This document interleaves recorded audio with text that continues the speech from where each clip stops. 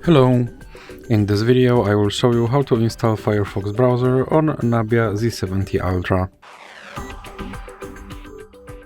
So you have to start by opening your Google Play Store, then click on search bar and type in Firefox. Then click search.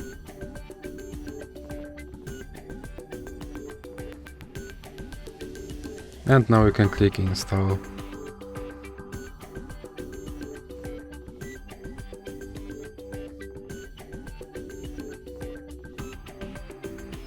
Now click open, and here you can set your default browser, or you can click cancel, and now you can add Firefox widget, or you can click not now. Here you can click sign in, or you can click not now, and you can turn on notifications, or you can click not now again.